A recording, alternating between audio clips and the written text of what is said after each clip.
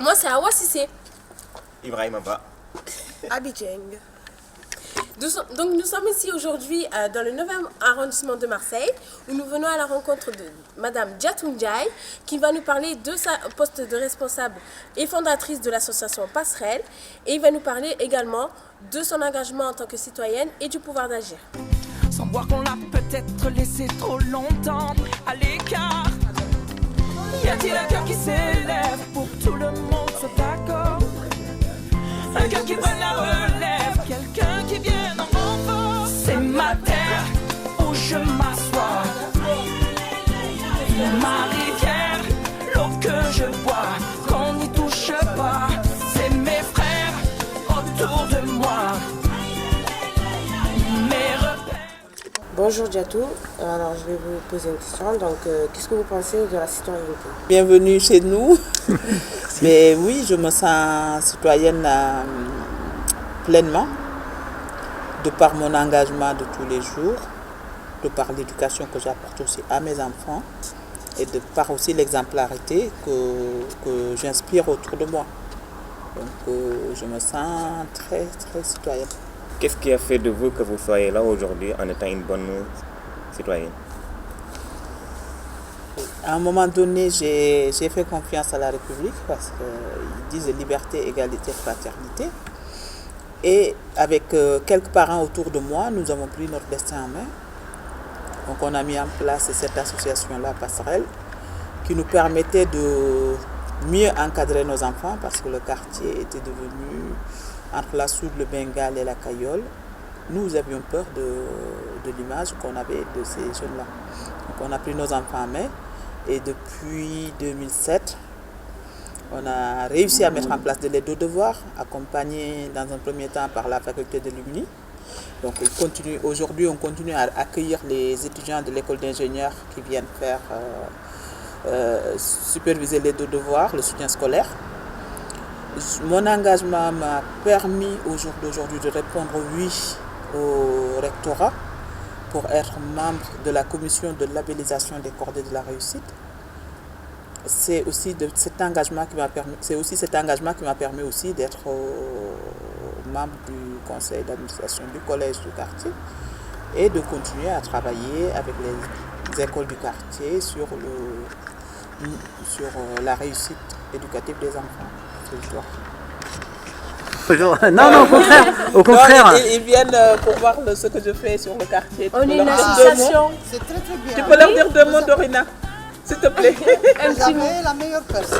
Elle s'occupe très bien de tous les enfants qui sont là, qui travaillent de façon extraordinaire. Vous êtes contente de ce qu'elle fait? Ah, Diatou? je suis très contente. Oui. Je suis très très contente et je la soutiens tant que je peux, comme je peux, je la soutiens parce que c'est extraordinaire tout ce qu'elle fait pour les enfants. Elle est là pour les faire travailler, pour avancer. Elle ne se laisse pas faire. Elle sait ce qu'elle veut. Merci. On abimente nos peurs qu'en détournant nos regards de nos belles valeurs qui ne seraient pourtant qu'un devoir. Et si l'on apprenait à se prendre la main, à se voir. Est-ce que pour ces actions, vous avez été accompagné de l'État? Oui, nous avons été accompagnés à 100% par l'État. Nous sommes accompagnés aussi par les collectivités, le conseil général, le conseil régional un peu. Nous émargeons au CUX, contrat urbain de cohésion sociale, au FUPD au niveau de la préfecture. Donc on est accompagnés parce que les moyens dont aujourd'hui l'association Passerelle dispose, je pense que la participation de l'État et des collectivités est à 90%. Le reste, c'est plutôt la maigre participation des familles.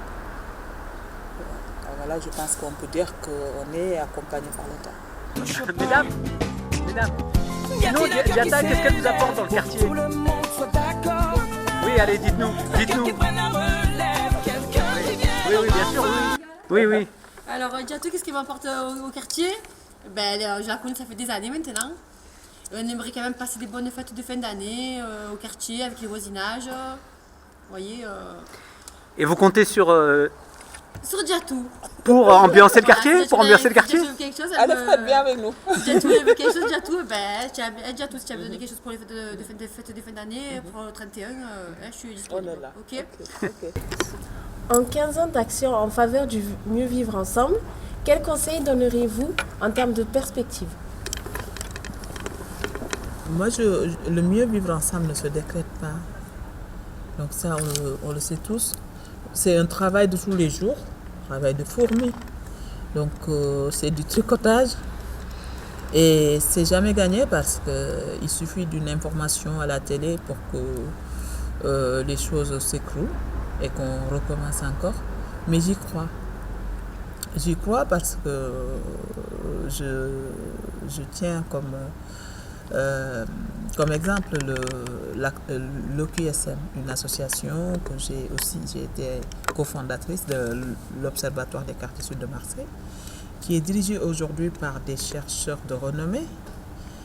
Je rencontre les directeurs de l'UFM, les personnalités de l'université. Donc, et tout ça, c'est petit à petit.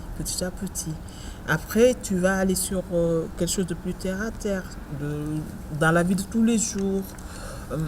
Tu vas faire des choses avec tes familles au quotidien. Et après, un téléphone arraché, un cambriolage, remet tout encore en cause. Donc, c'est jamais gagné, mais il faut y croire. Parce que de toute façon, le salut de l'être humain en dépend. Notre salut en dépend. Parce que moi, on nous a toujours dit que quand tu cries au feu, c'est tes voisins qui arrivent en premier, avant que ta famille arrive. Donc, et c'est vrai, parce qu'au jour d'aujourd'hui, regarde où vous habitez, regarde où habite l'autre, ainsi de suite.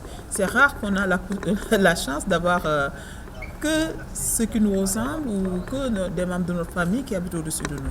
Donc, du coup, qu'est-ce qu'on fait? On essaie de tisser du lien avec ceux qui sont autour de nous. On essaie de vivre bien avec ceux qui sont autour de nous, de montrer l'exemple à nos enfants aussi, de faire attention aux uns et aux autres. C'est difficile.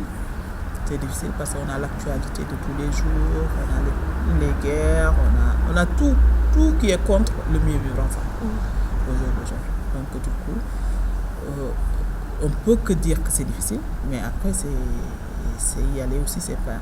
Parce que je me dis toujours que c'est pas parce que c'est difficile qu'il faut rien faire, c'est parce qu'on ne fait rien que c'est difficile. Y a-t-il un cœur qui s'élève pour que tout le monde soit d'accord?